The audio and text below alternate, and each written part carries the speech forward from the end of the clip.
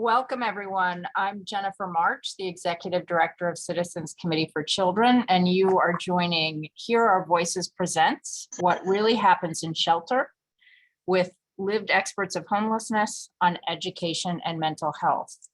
I'm going to walk you through a little bit of information before we get into our panel discussion. I would ask anyone that has questions, please add them to the Q&A chat, and we'll try to address them live, and if not live, in follow up through email to everyone that has registered. As you know, the Family Homelessness Coalition is composed of advocates, experts, and service providers dedicated to shining a light on family homelessness in New York City and advancing policy solutions to put an end to homelessness. We also have housing policy fellows that are lived experts of homelessness and housing instability that share their stories and resources for families through the Hear Our Voices podcast and work with the coalition to push for coordinated efforts focused on the needs of children and families experiencing housing instability and strengthening the partnership and collaboration with the community of families with experiences of homelessness.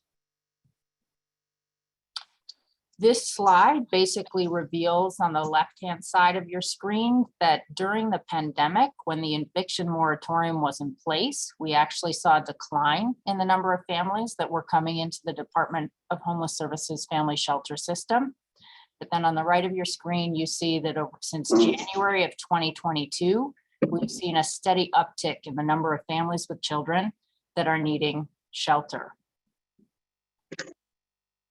We know too from historic information that families with children make up the majority of the population living in the city's shelter system. This slide reveals just how large the number of individuals of families with children are in the city shelter system. And we also know, sadly, that families with children in shelter are disproportionately Black and Hispanic, a reflection of systemic racism and other forms of discrimination families face both in the housing and labor market. This slide basically reveals that while the Hispanic population of families represents 29% of all families in New York City, they represent 41% of families in the family shelter system. And similarly, while 21% of all families in New York City are Black, they represent 53% of families in the city shelter system. So as I said, I'm the moderator. I'm from Citizens Committee for Children. I'm really pleased to be here. And I'm going to introduce our panelists now. Lourdes Corona is a lived expert on housing policy and is a mother of 3 living in New York City and has had nearly 10 years of experience in housing, homelessness, and childcare. Nyomi Bethune is a lived expert and former housing policy fellow with a bachelor's degree in childhood education, and we're so pleased that she's here with us today. Victoria Pearson is a lead therapist at Talk It Out Mental Health Counseling that provides multicultural, multi-ethnic, multilingual counseling to families, couples, and groups. And Jennifer Pringle is the project director at Advocates for Children of New York, and she's been working since 2002 to help students experiencing homelessness get access to the educational services and supports that they need. So we're really pleased that all of you have joined us here today. There are 3 segments of our panel discussion this morning, and after the first segment, we will have a pause for Q&A, and we'll do the same after the 3rd segment. So let's get started. The focus of this panel, as we said, is what happens in shelter, and how does that impact the educational and mental health needs of children and families. The first section of the panel is on mental health and behavioral health. So I'm going to start with an open question directed first at Lourdes, Nyomi, and Victoria. How is children's mental health impacted by residing in the shelter system? I'll start with either Lourdes and Nyomi, and when you're finished, you can toss it to one of the other speakers.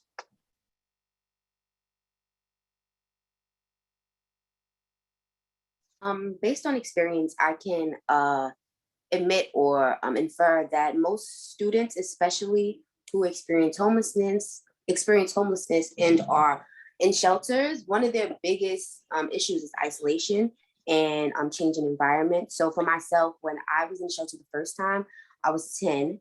And the biggest thing that affected my mental health was school, being able to isolate in a different area compared to having a home that was consistent, and I got help with homework and I got help with anything concerning education. Whereas in the shelter, because there was a lot of back and forth with searching for an apartment and or seeking financial assistance, going back and forth to public assistance, there was very limited help, which resulted in me either having to depend on myself or utilize the help of teachers, which 9 times out of 10 isn't as best as the environment you've come from. And even when I was 16, I went back in again with school because mentally having to wake up at 5 a.m. to get to school at 8 kind of was like traumatizing in a sense, because it felt like you kind of growing up beforehand. And given the fact that I went into the shelter with a parent who wasn't necessarily educationally or emotionally equipped due to her mental illness, I was pushed into adulthood. So sometimes you kind of forget that you're not grown. Like, you can do certain things that kids do. You can do certain things that aren't necessarily adultish in a sense. I'm trying to find the correct words, but mentally, I think the biggest thing you deal with is learning how to adjust and how to put yourself in a new environment all alone, because it may seem as though because you have a roof over your head, it's going to be fine, but there's nothing like having your own space and living in a building amongst so many people, depending on what shelter you're at. When there's so many families and there's so many personalities, it can be overwhelming, especially for a child. I've never been there as an adult, but I can only assume it's just as bad seeing your kids in a situation and you want to give them more, or you seek to, or you feel like you failed them. So speaking from a child perspective, it's dealing with new environments, being in school and having to confess to your friends that you don't have an apartment. You can have sleepovers, and being a mother and or father, and you have to explain to your child that, you know, this is only temporary, trying to convince them that this isn't a lifetime thing. So mentally it can be overwhelming and overbearing. Lourdes, I wonder from the perspective of a caregiver, if you might want to speak to how the shelter environment impacts children's mental health from your point of view. Oop, you're on mute.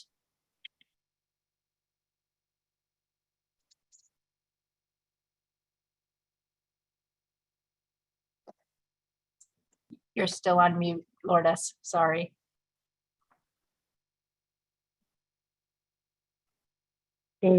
Yes, Okay. perfect. Okay. It impacted him really bad because of his behavior change. He acted out, became a daily thing with him. It only didn't impact him, but also me.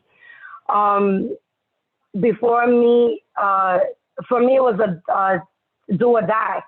Like, I didn't know I didn't know how to handle him. I got very depressed behind his behavior. His behavior got so, it got so depressing that I didn't know how to punish him. Like, it took a dramatic turn. Just trying to learn how the way he was. He had ADHD. Like, when he was at school, it like, he started kicking, hitting, spitting. Like, he was this sweet little boy. And when all this happened, it's like he was traumatized. You know, now that he's about to be 10, he tells me now, Mommy, I don't want to be there. You know, thank God I'm not there now, but for him, it was a scary experience.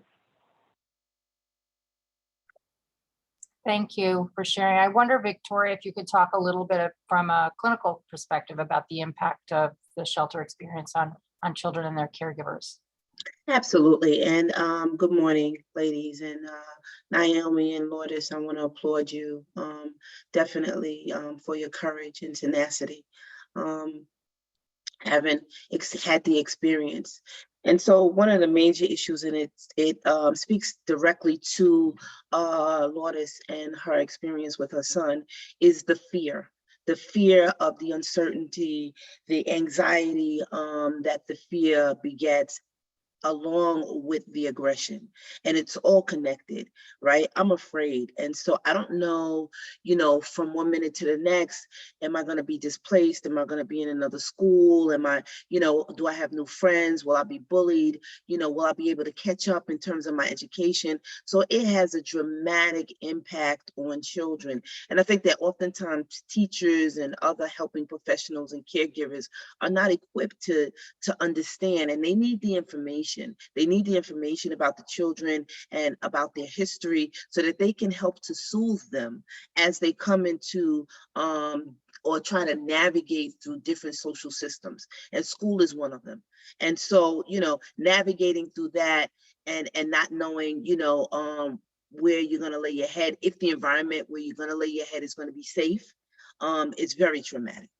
And so I think that's and we see it differently. Like we see it, oh, the child is acting out, they can't behave. No, that's not the whole picture, right? In the moment. But if you're not equipped to handle, this behavior, and you don't have, first and foremost, the information, right, about the history of the child, then that's your immediate assumption. And oftentimes that's detrimental. Thank you. I think this pivots nicely to the question around really what supports and resources are available for children while in shelter. And I wondered, Victoria and Jennifer, if you might want to speak to that. Jennifer Pringle, sorry. Okay. So I can start off. First of all, I want to say thank you to the Family Homelessness Coalition for including me in this panel, and also just huge thanks to Lourdes and Nyomi for sharing and opening themselves up and about their own lives and their own experiences. I think it's so incredibly important to educate others about the experiences that families face, and also to build community with each other, knowing that these experiences are shared.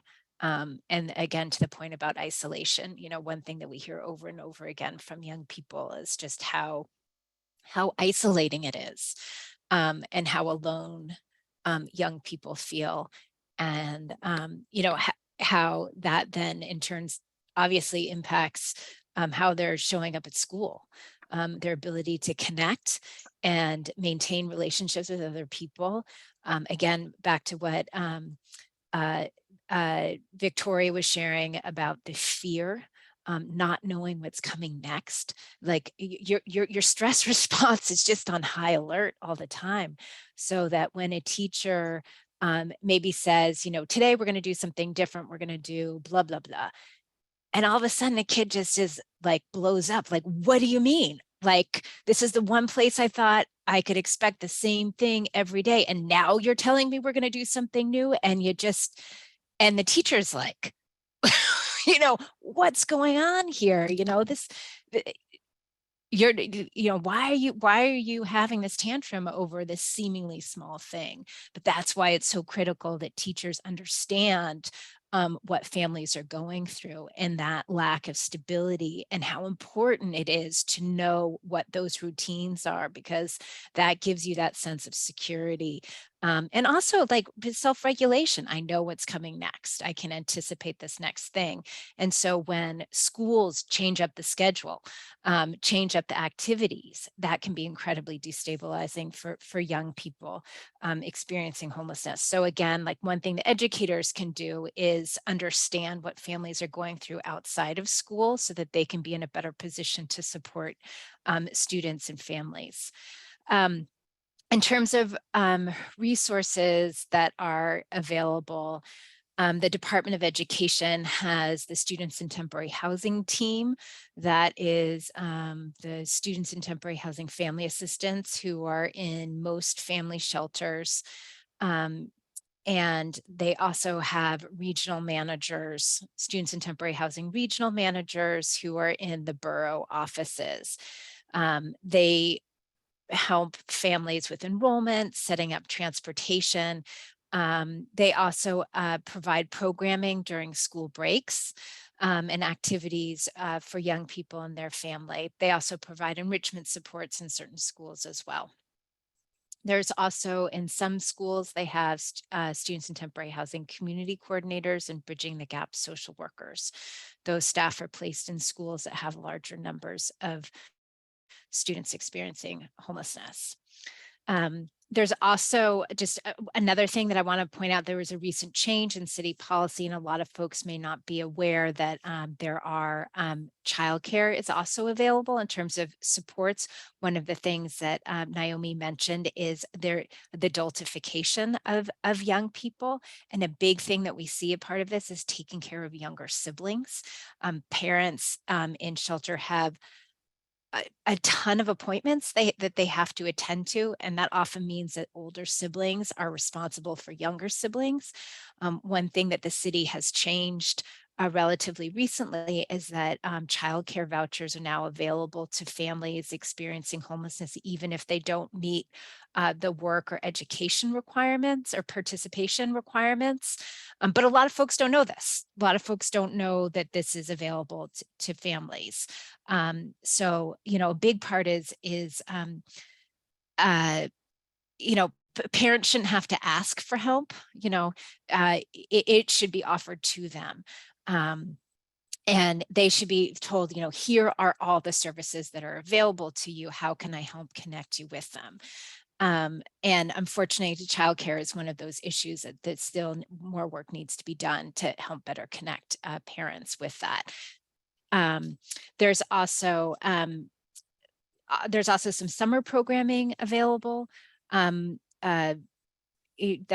There's the SYEP program and Summer Rising. Students in temporary housing got priority for those programs, but unfortunately, there simply weren't enough seats for all the students who were interested in that. I could keep going, but I'm going to stop for a second and pass it over to Victoria.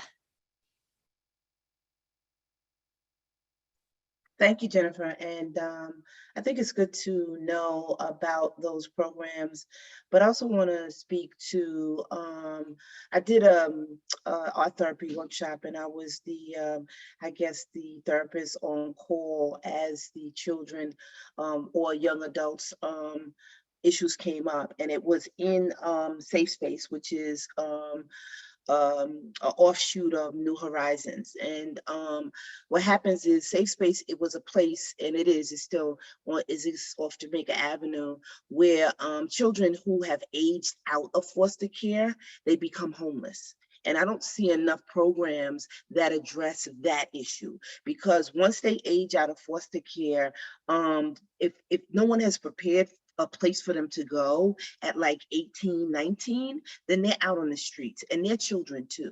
And so programs like what we did was we brought in young lady got a grant, very young lady, she got a grant to come in and provide art therapy. And that was, not only was it fulfilling for the individuals in Safe Space. And the Safe Space is only a week or two that you're placed there, and hopefully they can find housing for you as a teenage, almost adult, right, who now has been just displaced and put out on the street. And so she got the grant, and you can only stay, as I said, in Safe Space about 2 weeks. And it was so self-esteem building, right? And like we did arts and crafts, we did clay, we did painting, and they were so creative. It was also, and so what we did is a group of women, and a friend of mine has another not-for-profit that she just developed on her own. We went back in, we took shoes, we took clothes, we did a pop-up shop for haircuts for the boys. We went around and we just got clothes. Whatever you can do, right, to help on an individual. I'm not talking about the giant municipalities that come in and say, give money, and sometimes we don't know what happened to the money, right? But we want to make sure that in the communities, even if you buy and I know Sandy says this all the time, that even if you buy 2 boxes of pizza and you stand out on the corner and just give out slices of pizza, anything that you can do to help. The other thing is to diffuse the stigma of counseling. And one of the ways we diffuse the stigma of counseling is to go to counseling ourselves. Oftentimes, as helping professionals, we have issues. We take them into our professions and we think that we're okay because we're a helping professional. But we need to have a release, a cathartic release of all of this energy that is coming into us, that is hurt, that is pain, that is struggle. Like, you can't tell me, and I've been doing this for about 20, 25 years, that doesn't affect the way you show up in the room with the people that you work with. And so you have to have a place where to take it. And then I share with my staff, I'm also working with Harlem Children's Zone. And if you're familiar with Jeffrey Canada, he takes at-risk mothers, right, who are babies in the womb, right? And he nurtures them all the way through college. And what I have right now is the interns that are college bound, that are either in college. I have a young lady right now who just asked me, she's been working with me for the summer. Amazing. And they pay them as interns, and they put them in different places where they want to be. And so I told the director, Del Kenya, that I'll take as many as she has to give me as they vet, right? And we vet them, we interview them, because the young ladies, and I'm hoping for some young men too, that we've gotten so far have been amazing. And this is because they've been nurtured from the onset when they get into this program. So programs like Harlem Children's Zone that are nurturing. I have a young lady now, she's coming in. What she said on the interview was that Harlem Children's Zone saved her life, because she was, hanging out with a bad crowd in, I think, junior high school. Somebody said, go over here, they have an after school program. And that's another thing. We don't have enough of these after school programs where they can go, young people, rather than go back to the shelter, that have organized play, they have pool tables, they have groups. The other thing is, support groups where they can sit around, with a facilitator and talk about how they feel. So there's a lot of stuff out there. There's also a lot of ideas, but to make sure also quality assurance, to make sure that these programs are doing what they say they're going to do. Right, going in and holding the directors accountable, holding individuals accountable that are managing these programs, and making sure that these children, and also those that have just aged out, that are 18 and 19, are getting the services that we say these outlier agencies are supposed to provide. So that's some of the stuff that we can do, and as individuals, we can always do something. We can always do something to help. Thanks, Victoria. So before we turn to questions for this section, I just wanted to allow Nyomi and Lourdes to close out if you have thoughts on how we can better support parent caregivers who have children with behavioral health or mental health concerns, so that those young children can succeed and engage successfully in school. If you have any thoughts on what you believe might be helpful in this space, please share them. I will personally say that the best way to help is to have intentionality. A lot of people come just to do their job, like just to make sure there's no fighting in the shelter, to make sure everybody is going to breakfast and lunch. But there has to be some type of mindset which makes you want to interfere where you see it. A lot of people don't speak up when they see that the mom or the dad isn't necessarily, they may not be abusive, but they may not be the best as far as keeping the child equipped in school and keeping the child above water in certain areas outside of finance and food and things of that nature. There has to be this line where you say it's more to helping people in the shelter than just providing food and shelter. For instance, my mom, she has schizophrenia and a learning disability, but because my mom wasn't physically abusive to me, or she wasn't drag me around the shelter, there was never any need for anybody to say oh, let me see what she needs help with, because as long as you can't see it, it's easier to avoid it, if that makes sense. So there has to be the mindset where you say, okay, I see there's obviously some type of disconnect. There might not necessarily be a disconnect that will cause me to call CPS, but there's a disconnect in which the child isn't necessarily receiving everything that a child is supposed to get. So I didn't get after school programs. I didn't get any assistance outside of public assistance, because I wasn't really going through anything that they feel is necessary for a child to get into help with, if that makes sense. I wasn't going through anything that necessarily demanded them to report it. So, you know, like all social workers, they're required to report certain things, but certain things they're not required to do. So there has to be an instance where we're not worried about requirements, but necessity in a sense. If I were to get a school bus available to me, that would have been great. So I wouldn't have to wake up early. If I were to get after school program, it would have been better for me because I wouldn't have suffered educationally as much as I did had I had that type of help. So there has to be some type of intuition. I think in shelters, they need to focus more on hiring people who go beyond paper. They need to have a heart to help people, basically. Thank you, Nyomi. Lourdes? Did you have any closing thoughts?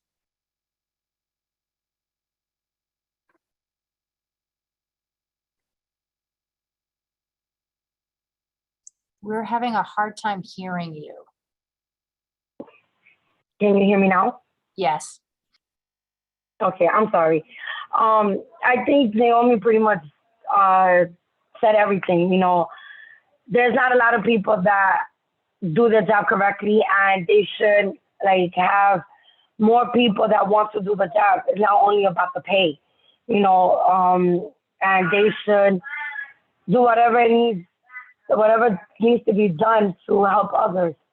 Like in my case, I really didn't need a lot. The only thing I really needed was help for my son, and I got that, you know. But the school, we lived close enough to a school that we could just walk. But Nyomi pretty much said enough of it. You know, I said enough. So that's pretty much it. Thank you. I had one follow-up question for Jennifer Pringle. How do we ensure that the teachers and the school system have the information they need so that they actually can be intentional about making sure the students and parents have the support required?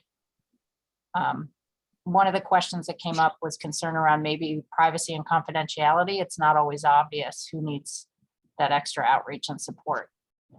Yeah, I think there are two different things that come to mind. First is Department of Homeless Services and the DOE have a data sharing agreement. So DOE already knows which students are in shelter on a like big level.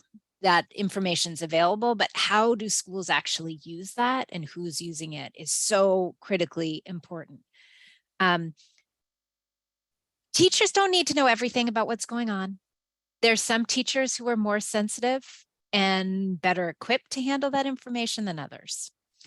So from a school building perspective, I think some schools have implemented something called like a star student or extra attention student, where they flag students that teachers should be aware that something's going on outside of school. They're not necessarily told what it is, but something is going on outside of school and that the teacher should give extra attention to those students or be mindful that those students are going through a hard time so that they can adjust what supports they're giving in the classroom to those students. So they're not sharing everything, all the details with the teacher. They're just letting the teacher know something's going on, you know, something's going on with Jenny.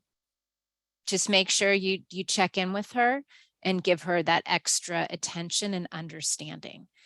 And then what I would say is if you have someone at the building level, like the principal who's speaking with their team, and then say, okay, these are the students I want you to individually check in, or these are the parents I want you to reach out to and say, how can we help? But again, that comes by like building by building. Every building is different in terms of their staffing, in terms of who that staffing is. There's some teachers that not in a million years would I tell them that kind of sensitive information because they're just not in a good position to handle that with sensitivity. There's others that I think would do an amazing job. I think it really depends. But in terms of a privacy issue, there's like what the law requires in terms of sharing that information. And yes, teachers can, it's legally okay to share that information, but in terms of best practices, the principal needs to be mindful of like, is this a good idea? Do I think the teacher is going to handle this information with sensitivity and care?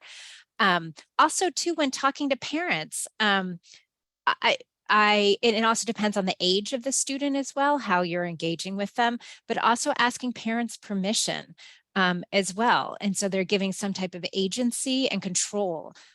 So much about being in shelter is dehumanizing and stripping away your power and control over your family. So schools should not be a part of that, and should, as much as possible, make sure that parents have control over that information and who it's shared with. Thank you. So in the interest of time, we're going to move to the second section of our panel discussion, and I'll just let people know that have shared questions in the chat that will respond to the questions in a follow-up email related to access to childcare and a list of mental health resources. So the next section of the panel discussion is really about parent engagement in school. In the educational progress of their children. So the first question, Jennifer, I'm going to turn back to you to talk a little bit about how the pandemic affected children in shelter and whether or not that's begun to improve since the COVID pandemic has started to decline. Well, one of the biggest issues when the pandemic hit, when everything went remote, was access to Wi-Fi. Family shelters did not have internet access. So many students in shelter had no way of participating in school. Fortunately, most family shelters now have access to Wi-Fi. There's a handful of shelters that still don't have it, including the HPD shelters still don't have Wi-Fi. But the DHS family shelters do. Again, back to what Nyomi was saying about the isolation issue. I mean, that was just out of control during the pandemic. And,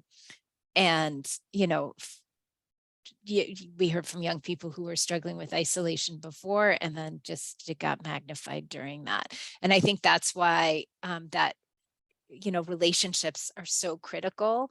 And when the pandemic hit, the DOE shelter-based staff were no longer at the shelters. And so it is so critical to have that DOE shelter-based support to help connect with parents and with young people to make sure they have the supports that they need. Another thing too is after the pandemic, they started special education recovery services, which was last year. And that was a way to get makeup services. But again, a big issue was transportation. To the extent that those services were offered after school, there was only busing during the traditional school hours. So it was up to parents to figure that out. And as Nyomi mentioned about the after school, that's a huge issue.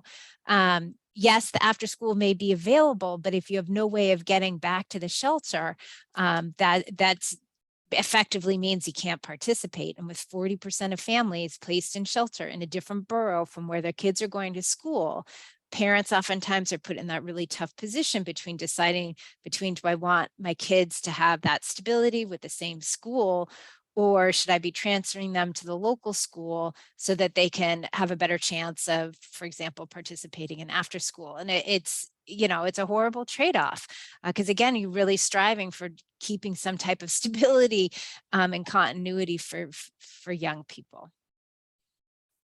Thank you. I wonder, Lourdes and Nyomi, if you want to speak a little bit to the process you experienced at PATH, and then engaging in education or a school placement, just what that experience was like for you, if you feel comfortable sharing.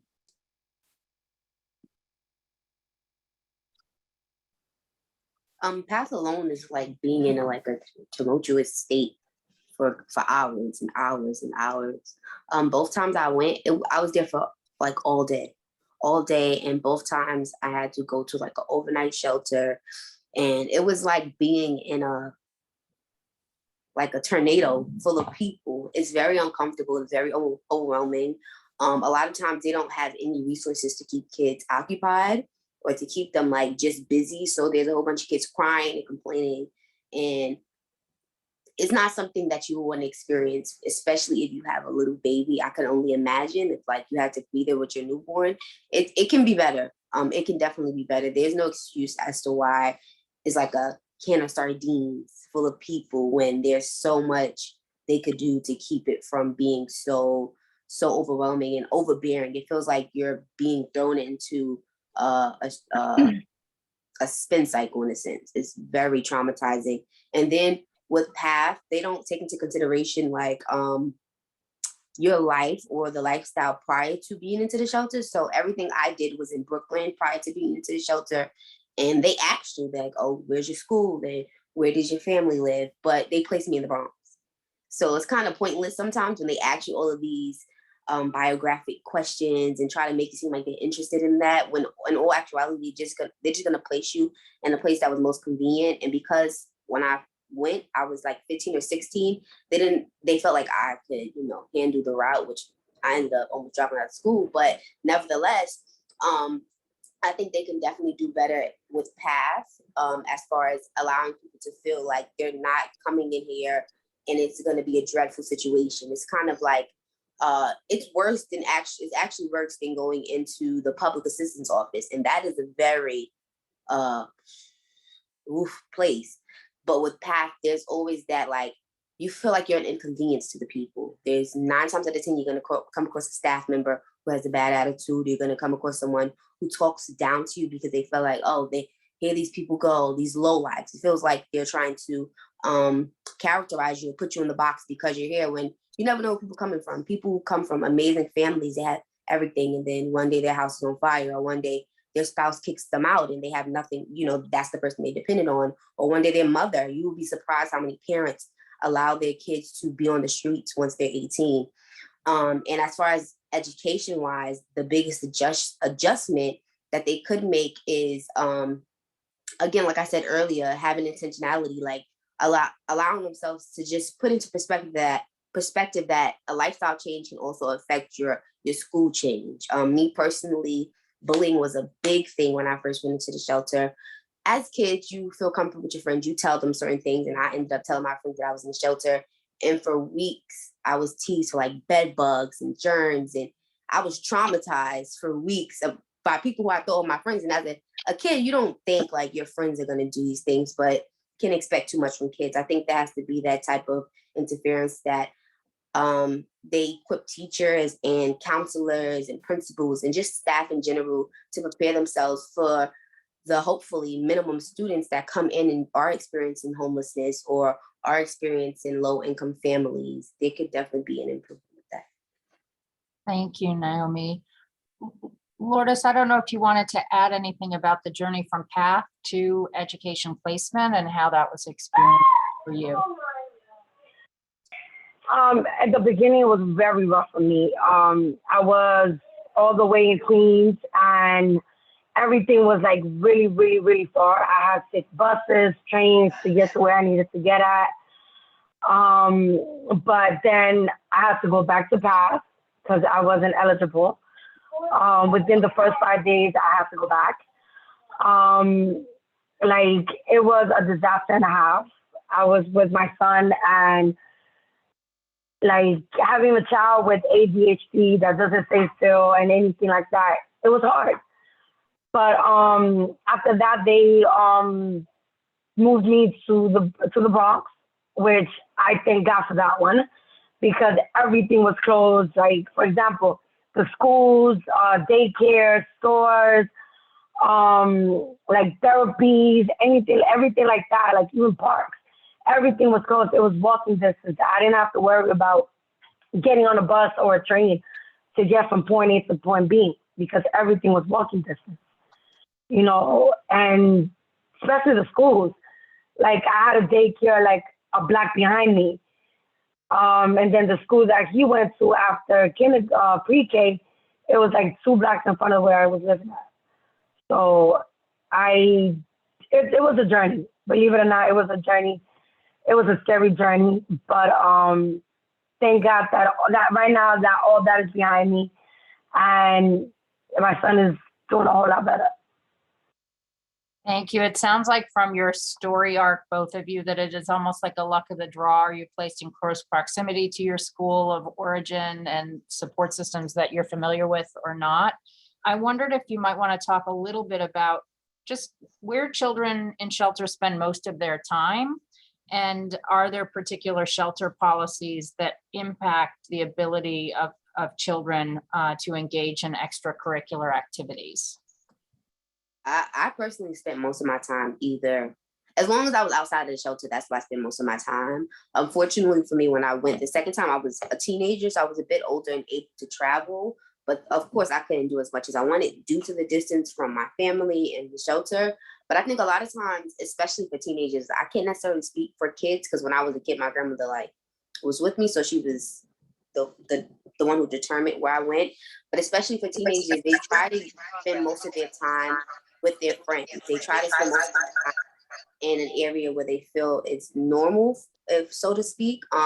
So me personally, it feels like you're in a different dimension. When you're not in the shelter, it feels like you have a sense of like leverage or a sense of freedom. Like everything is not real. It's like a virtual reality, if you want to keep it that way.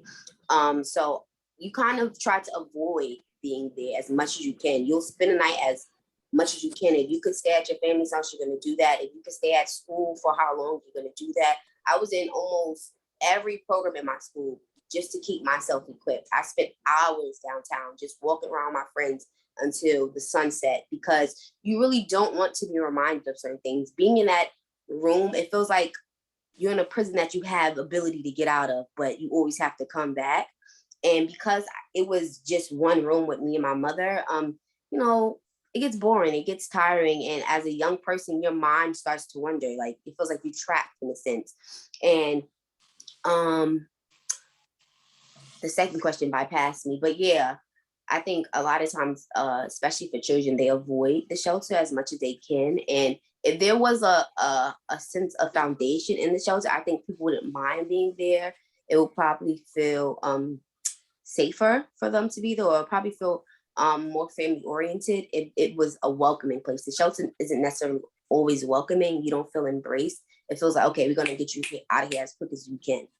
It's not necessarily a place where it's like, okay, you can stay here. And it doesn't feel like a shelter in a sense. It just feels like a box. Thank you. Well, it's a place to reside and not a home, right?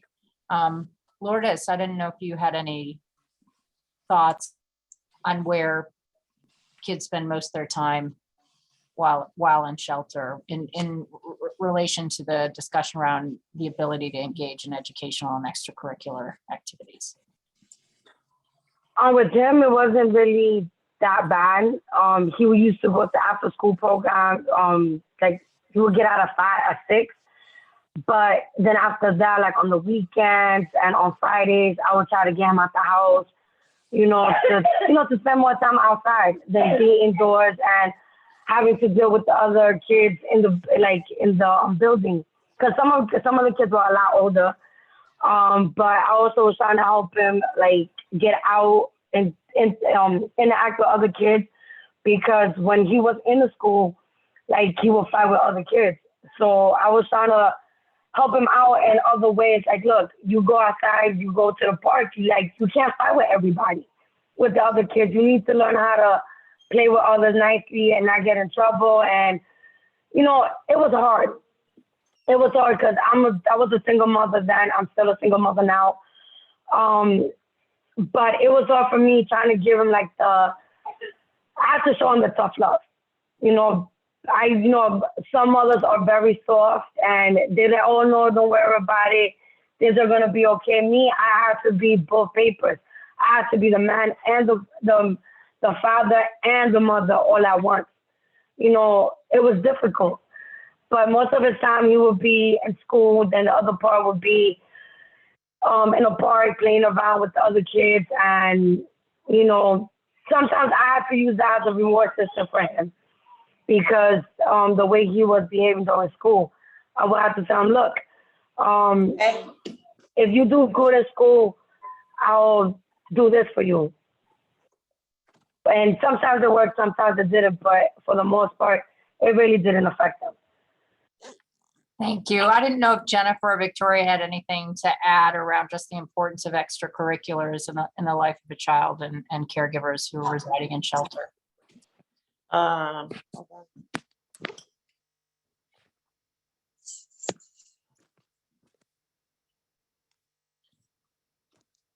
Victoria, do you want to speak? Okay, I was trying to unmute. Hold on. Trying to unmute. Can you hear me? Yes. Mhm. Okay. And so absolutely. I think that one of the things we can do as helping professionals most, and I think that one of the young ladies said it, is to have conversations amongst ourselves about what we can do, and how devastating the impact is to other human beings, not knowing whether or not you are going to have a roof over your head from day to day. And Maslow talks about, this being one of just the basic human needs, right? Necessities for survival. And we need to realize that as helping professionals. I think that some of the extracurricular activities that we can assist in is, if you have an opportunity to do something like, be a part of an initiative for self-esteem building, like the art therapy workshop, like going into some of the shelters and doing pop-up shops, maybe with clothes or haircuts or, sneakers, or whatever we can do to just kind of reach out and let these children and the parents too know that, somebody cares, because we all want to know that someone cares about us, especially when you're going through hard times. And we've had, individuals when I worked at the crisis center, as well as, doing the work with Safe Space and New Horizons, who just, and I think Lourdes said it, or was it the other Nyomi, that these are people that had homes at one point. It wasn't like they were raised, being homeless, and then all of a sudden something happened devastating in their lives and they became homeless. And so it's hard to imagine the impact that kind of trauma could have on not just the adult, but the children. Like, I had my own room, I had friends, I had a neighborhood, I had a school, and now I have nothing. And so I think the empathy, as helping professionals, for us to try to understand that when a kid is acting out, who has been displaced, the best thing we can do, aside from judging them or thinking that they're ruining our day because we have to deal with them, is to be empathic and try to understand that he is a person, right, that once had a home, they came from somewhere, right? And a lot of them had homes, and that they no longer have a home. And so the fear, the anxiety, and the trauma, that's where the aggression comes from. And so I think we need to work harder and do better. And I'm talking about myself. I need to work harder, do better. And we all, in these helping professions, need to try to have support groups are wonderful, facilitating support groups for them, where they can kind of, and that's why I named the company Talk It Out, because talking is cathartic, conversations, and not being afraid to ask the hard questions. Is everything, and I think Lourdes talked about it, or Nyomi, is everything okay? Is everything okay? And then not go about your day, but then take a moment to listen. And you may get silence at first, but keep your ears open and they'll talk to you. Thank you. Thank you. So we're going to pivot to the very last section of the panel discussion, and then afterward we'll have a few moments for questions. So this last section is really talking about the educational experience of children and whether or not their learning is impacted positively or negatively while they're residing in shelter. So I'm going to turn it first to Nyomi and then Lourdes to just talk about the experience in shelter and that impact on your academic journey. A decline in education is inevitable when it comes to kids, especially if you don't have a parent who not necessarily doesn't want to be hands-on, but doesn't have the ability to be overbearing, because there's always going to be a difference when you are relocated. And at that moment, your parent has to be more than what they were prior. And 9 times out of 10, they can't be more of a hands-on helicopter parent because they're trying to get you out of the shelter. Me personally, when I went both times, I declined educationally drastically. And because of the educational history I had prior to that, it was very noticeable. Like, what's going on? This is not who you are. And even if you aren't declined educationally, there's always going to be a sense of declining in the school environment. So it may not be your grades, but it may be your attitude. When I was in high school and I went to the shelter, my grades stayed afloat because I was able to do homework on the bus, and I found a way to hand in assignments, but I got in a lot of trouble. I had a lot of detention. I slept a lot in class because waking up at 5 a.m. at 16, 17, and 18 was hard. It takes a lot out of you to do things that require a level of maturity. I'm sure at 30 and 40, you have the ability to set your schedule and put yourself to sleep 7 or 8 hours before 5 a.m. Whereas a young person, you don't have it in your mind. You just know you have to be up at that certain time. There's no mental conscience to say, okay, let me go to bed at a decent time. So even if your grades aren't flocking, you're going to decline in some department concerning school. So a lot of times behavior was an issue, a huge issue for me. And even some people who I know went into shelter, they became very snarky, very easy to draw to anger, very quick to snap at the tongue. And I know myself personally, I was easily triggered by anything. I couldn't be called stupid. I couldn't be called a bum. Even if it was a joke, it triggered me because in a sense, you may not know, or my peer may not know what I'm going through, but because in the back of my mind is like, I'm in the shelter, maybe I am a bum, or maybe I am stupid, or maybe this. It's always going to be something in the school department that is going to decrease because all you are focused on, even if you aren't supposed to be focused on it, all you are focused on is the environment you're in. It's always it's like, it haunts you in a sense. It's always gonna be on your shoulder, reminding you. So whether it be with your grades or whether it be with your behavior, there's always going to be a point where if you had good history in school, it's gonna be noticeable. Or if your parent knows you really well, it's gonna be a point where they see like, okay, this is changing. So with moving in the shelter and then having to also keep your past life, I guess, especially if you are staying in the school you were in prior to being in the shelter, there's always going to be that 2 live thing. Like me personally, for years in high school, I didn't tell anyone I was in the shelter because it felt like there was going to be a change in every area. So with school, if you went to the same school prior to the shelter, that's the only thing in your life that feels the same. And when it feels like it's not the same, you're going to either act out, show out, or some people unfortunately drop out. So it's definitely going to be a major difference in your educational area. Thank you, Nyomi. Lourdes, I didn't know if you wanted to talk a little bit about, from the caregiver's perspective, how the shelter experience impacted your son's academics. I mean, it was bad. Like with him, his attitude, his personality changed. He went from being a sweet kid to, acting out, like trying to get some type of attention from somebody.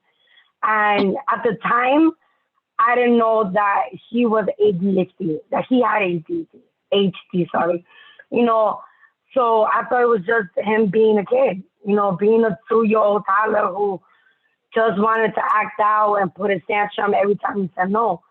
But at the end, when I finally figured it out, I'm like, oh my God, what did I do wrong?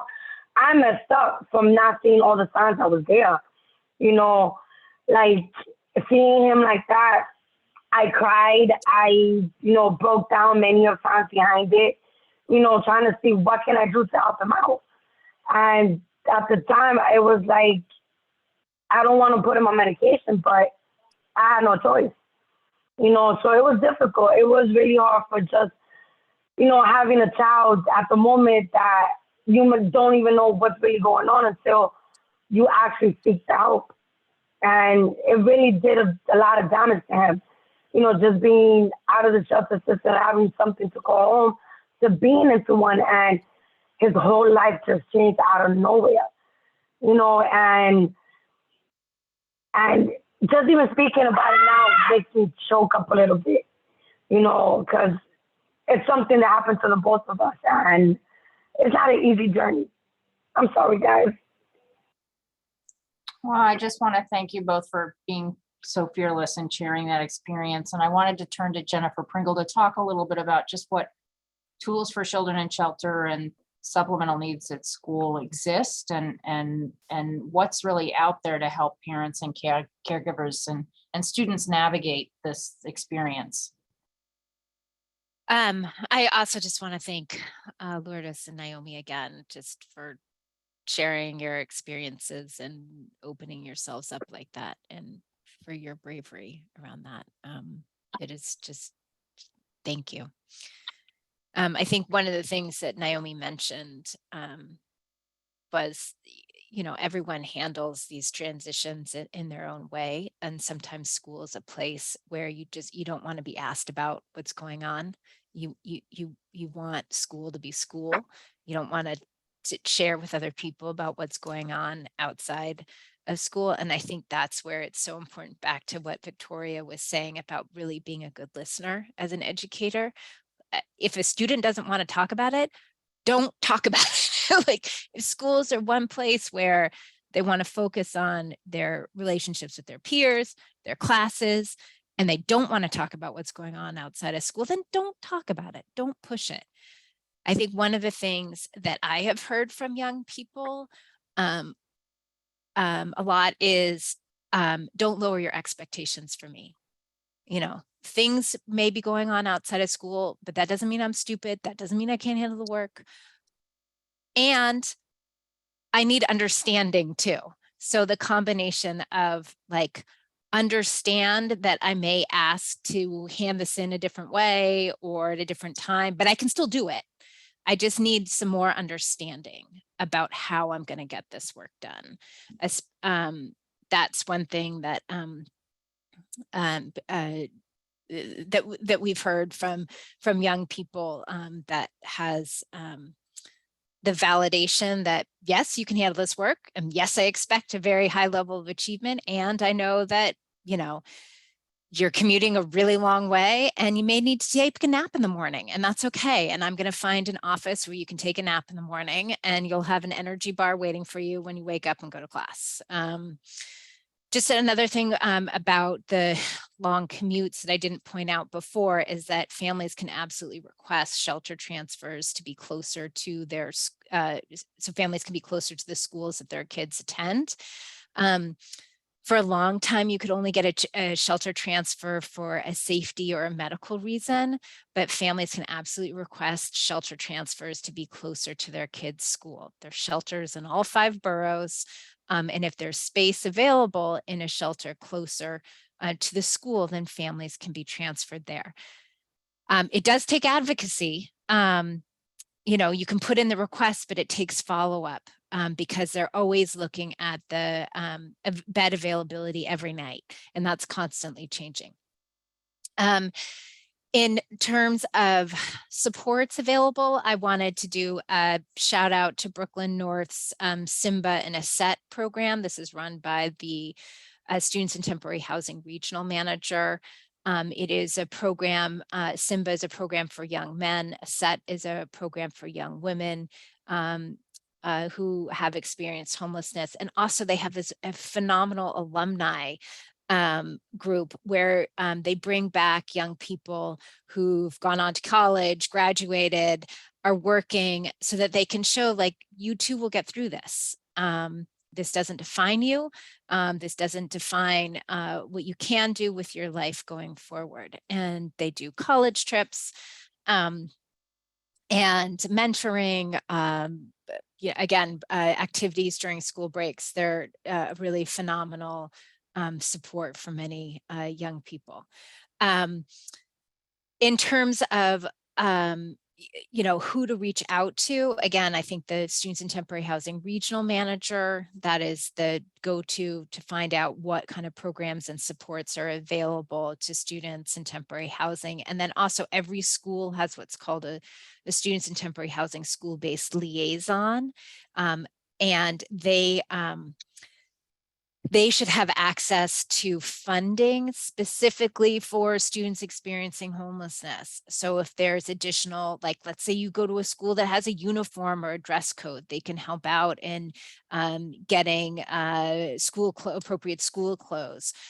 Or if your child is struggling and needs some extra tutoring or support, they can help coordinate that.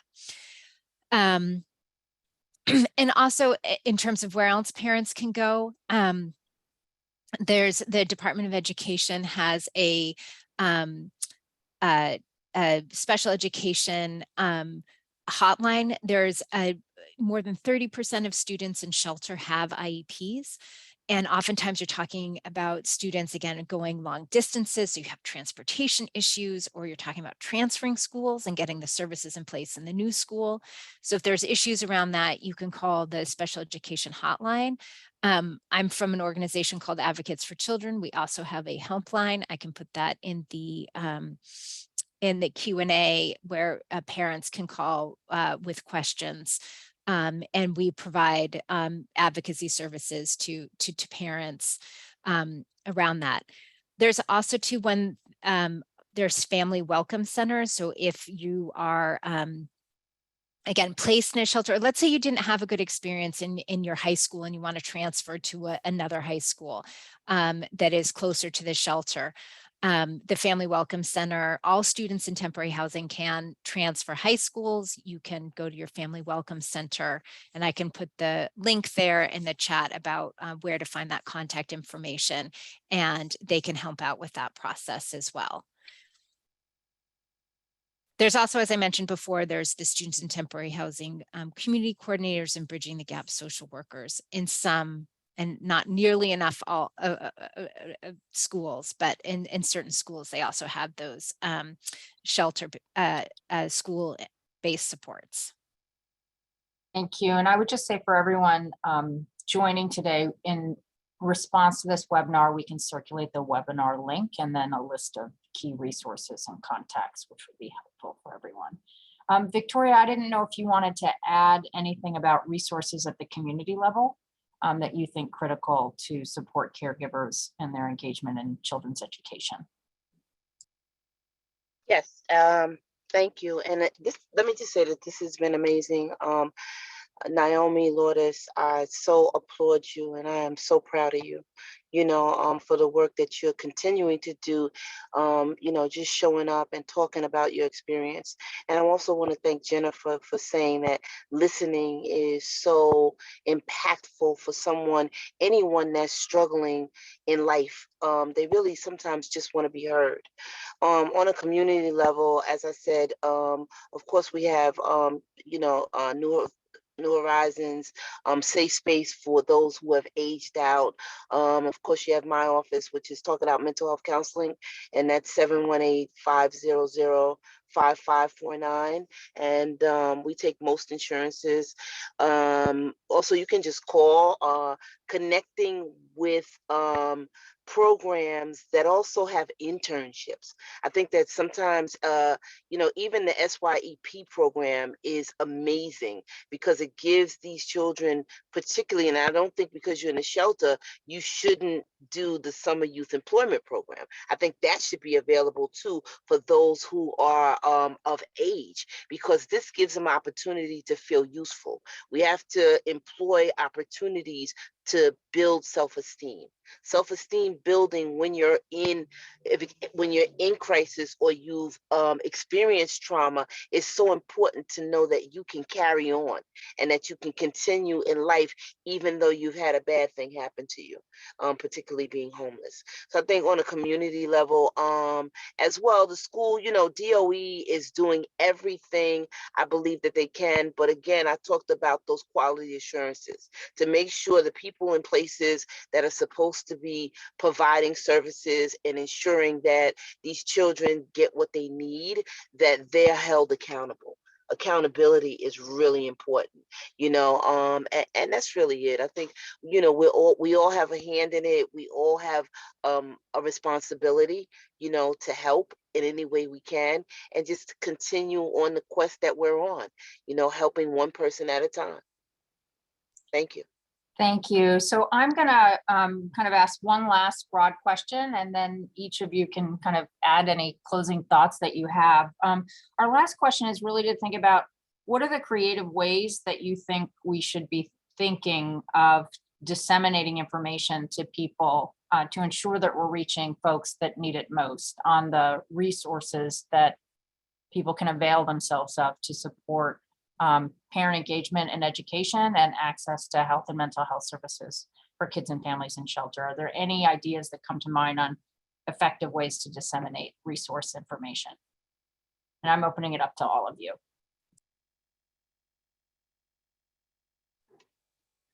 I just wanted to say the first thing I can think of is social media. Everybody is on social media, right? The reels, the the timelines, the social media, and then having those those brief, because we're overstimulated visually and auditorily, but particularly visually on some of these social media sites. But the pop-ups, because we programmed our brains, our eyes to kind of see stuff and capture stuff. So to have some creative social media informationals that come up about resources, I think that's one way, because everybody is constantly on their phones. Thank you. Anybody else have some ideas? I definitely agree with that. Social media is a stepping stone. I was gonna say it, but yeah, I would agree with social media, mainly because it's a source that every age bracket is consuming. So it's not something that may have like a limitation. Literally, people are 5 having TikToks and YouTube pages. So I can only imagine how many adults or teenagers may be utilizing social media. So I think it's a very powerful source if it's used correctly. And I honestly agree with the rails and things as far as sponsorships really come in handy on social media.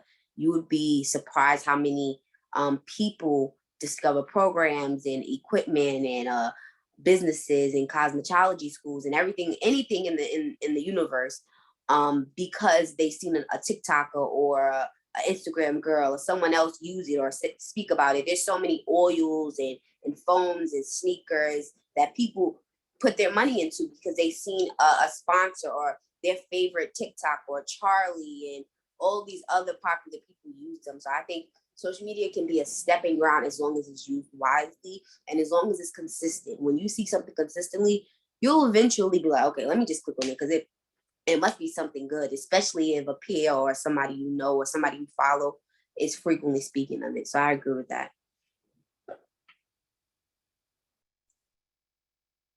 Jen or Lourdes, you don't have to add if you don't have ideas, but you're welcome to. No, I was gonna say, I agree with Nyomi and Ms. Victoria. With the social media, everything now, every person is involved in social media. But other than that, you can even ask people around your neighborhood, to get information about whatever it is that you need. Not only social media, but social media is a big thing now. So even for kids, a 2-year-old child, they always get into the tablets and look at things and see things. So they might be the one saying, look, mommy, look, there's something here that you need to watch. You never know. But social media is one of the biggest things. And I also think that asking people in your community, your neighborhood, and they might even have the information that you need and you don't even know because you don't ask. Thank you. I'm going to go super old school. It's to me, like getting resources about there is about developing that one-on-one relationship. The DOE has, like I mentioned before, shelter-based family assistance. That role has largely been like, come to me if you have a question, but how do you know if you have a question if you don't know about the service to begin with? So how can you re-envision that role so it's somebody who's like out there saying, hey, I got this, this, and this, and this I can tell you about. And if you're not interested in it today, I'm here tomorrow. And again, that like going back to it over and over again, it's not like, well, I asked the parent, they weren't interested. I'm not saying like pressure them to say yes, but like create a culture where the resources are always available. The door is always open. you can always come back and say yes, even if the first 10 times you said, no, I'm not interested. That idea of like, you might not be interested in it today, but I'm going to check back with you next week and see maybe if you've had any, if you have any questions about it. And also like that proactive, like, instead of like a parent saying, I have a question about enrollment, can you help me out with this?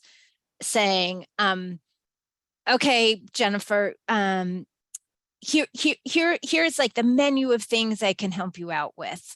If you have any questions about it, we can just, I know this is probably overwhelming. We don't have to talk about it all, but please know you can always come back to me and like, we can talk about enrollment and transportation today.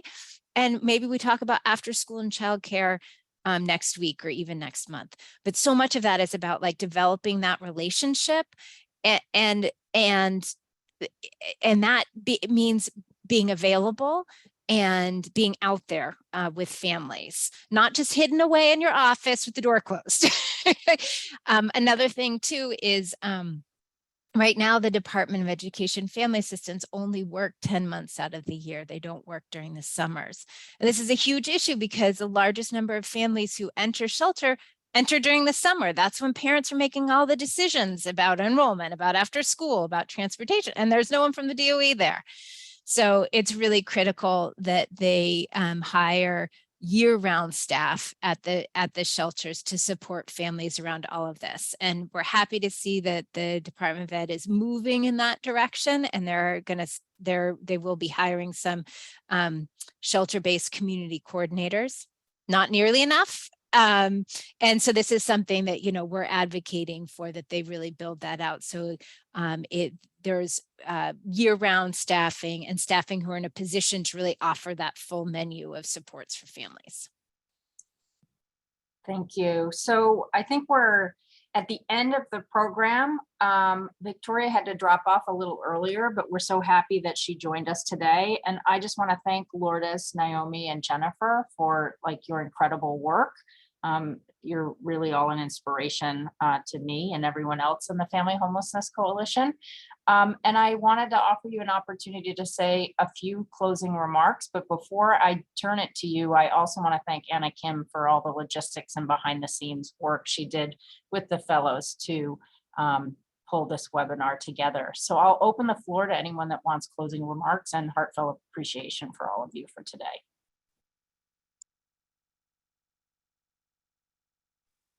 Firstly, I would like to thank Anna for bringing this opportunity to me, and I would like to thank you all for, joining and being along.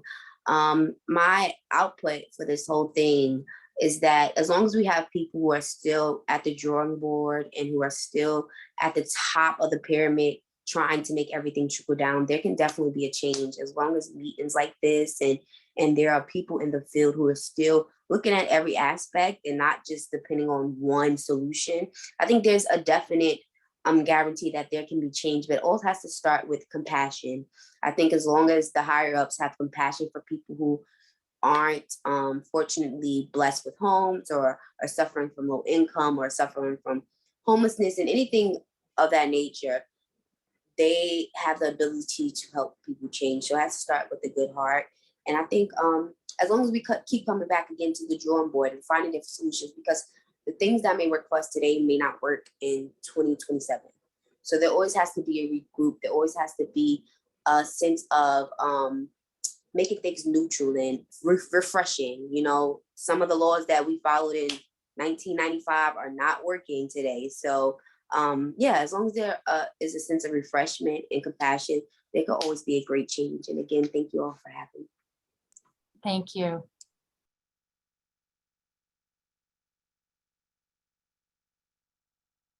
Lourdes or Jen, did you want to add? I was going to add something. Before I do forget, I wanted to touch a little bit on the last question you had asked with the resources and how to get the information out. Me and one of my other colleagues, we did an outreach, and we went out, we had pizza, we shared the pizza with the other people. And, it's something just to see the faces itself and how they looked, and they were very happy that we did something like that. it puts a smile on my face and makes me think like, wow, there's really a lot of people in this world who really doesn't have what I have. Just to share a little bit about that with them, it's like, it's a good thing. And also to answer the other part of your question, just wanted to say that you guys are not alone. There's other people like me that was in the same situation as you, and just don't stay stuck in where you at. Just do what you have to do and get out and seek for help if needed. And if anything, you could, reach out to to Anna or to whoever it is that you need to reach out to. And if you have to put your voice out there, just let it be heard. Don't hold back. We are here to help. I'm here to help. And, thank you, Anna, and you guys for being a part of this and making our voice be heard and yours. Thank you. I have nothing else to add. Nyomi and Lourdes said it all. Such an honor to be included on a panel with you two. Thank you very much. Thanks, everybody. Have a good rest of your day.